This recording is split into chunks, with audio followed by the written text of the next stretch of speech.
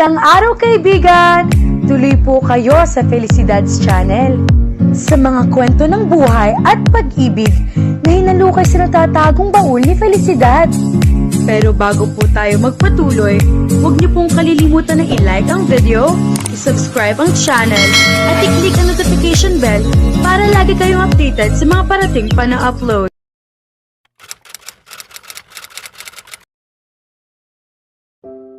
Nakaupo si Andrea sa gilid ng kitchen counter, nakapangalumbaba habang pinagmamasdan si Misael na nakatalikod sa kanya at abalang nagluluto. Hindi niya maiwasang mapangiti sa isipang napakaswerteng babae niya. Sino ba ang mag-aakala na ang isang lalaking kasing gwapo ni Misael ay maihilig sa pagluluto? At higit pa roon, tila siya pa yata ang nag-iisang babaeng nakakita rito na maisuot na apron. Hindi niya napigilang mapahagiki. Kahit pamukha itong isang karakter na Japanese maid na madalas niyang mapanood sa anime, hindi iyon nakabawas kahit kaunti sa kagwapuhan ng binata. Bakit ka tumatawa? Tanong ni Misael habang humaharap sa kanya, tangan ang isang mangkok na mailamang ulam. Pinagtatawanan mo ba ako? Ang cute mo kasi, sagot ni Andrea, bahagyang nakangiti. Bagay sa'yo ang apron ko. Suminghot siya at sinamyo ang singaw na nagmumula sa ulam. Ang bango. Alam ko, parang kakaiba ang itsura ko rito, reklamo ni Misael habang nagsisimula ng maghain. Hindi ko alam kung bakit ito pa ang ipinasuot mong apron sa akin. Hindi naman, mabilis na sagot ni Andrea. Sa totoo lang, lalo kang ang gumwapo. Napahinto siya, saka napadilat. Nasabi ba talaga niya iyon? Agad niyang tiningnan si Misael upang silipin ang reaksyon nito. Halatang nagulat din ang binata, tila hindi inaasahan ang kanyang sinabi. Ngunit makalipas ang ilang sandali ay ngumiti rin ito. Siguradong gutom ka na, sabi ni Misael, saka inabot sa kanya ang mga kubyertos at nagsandok ng kanin sa kanyang plato. Pagkatapos ay hinubad nito ang apron at siya naman ang humanda sa sarili niyang pagkain. Kumuha si Misael ng sabaw mula sa sinigang at tinikman iyon. Masarap nga, sabi nito ng may sigla. Sige, kain na tayo. Habang kumakain, bigla itong nagsimula ng isang laro. Itlog. Piniritong hinahalo, sagot ni Andrea. Maaraw o baligtad? Baligtad. Araw o gabi? Gabi. Buwan o araw? Buwan. Kulay? Kulay rosas. Gaya ng inaasahan, komento ni Misael. Bakit pa gustong-gusto ng mga babae ang kulay rosas? Inirapan siya ni Andrea. Wala kang pakialam. Ikaw naman, ano ang sa iyo? Putim at itim, sagot ni Misael na tumatawa. Panahon? Taglagas. Tag-init, tugon nito. Maganda ang tanawin sa dalampasigan, maraming babaeng nakatupis.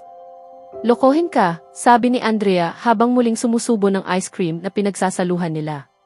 Tapos na silang maghapunan noon.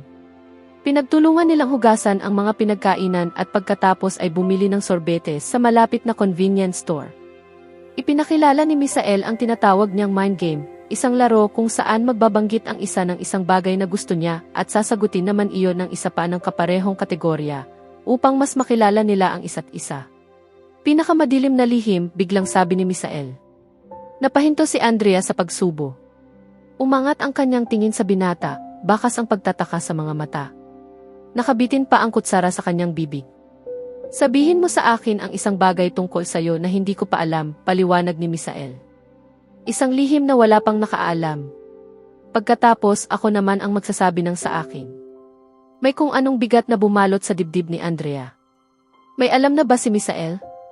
Alam na ba nito na nagsinungaling siya? Kung ganoon, bakit hindi na lamang ito diretsahang magsalita? Marahil ay binibigyan siya nito ng pagkakataong ang katotohanan ay magmula mismo sa kanya. Nang bubuka na ang bibig ni Misael upang magsalita muli ay naunahan siya ni Andrea. Kung sasabihin ko ba, nanginginig na tanong niya, magagalit ka sa akin kapag nalaman mo ang pinakamalalim kong lihim.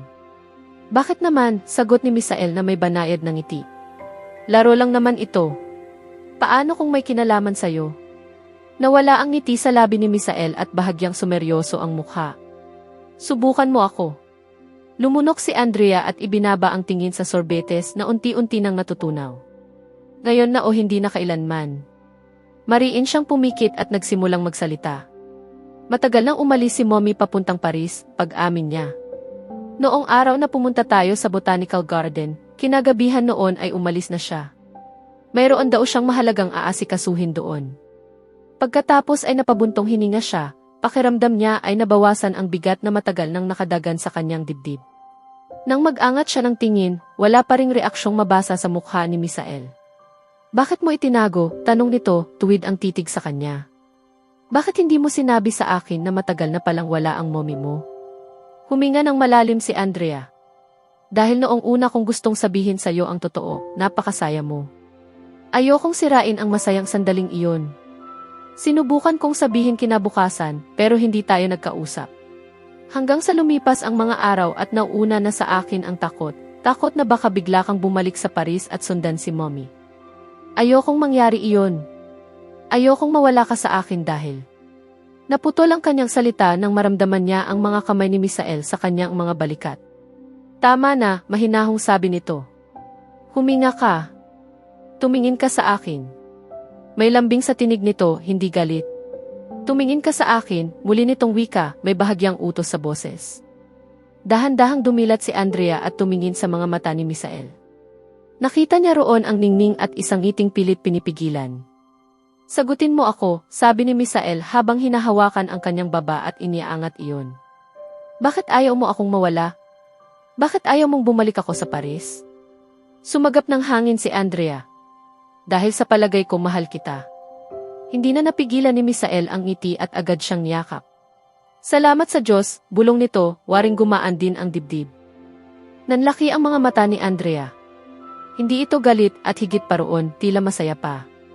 Kumala si Misael at muling tumingin sa kanya. "Ngayon, ako naman."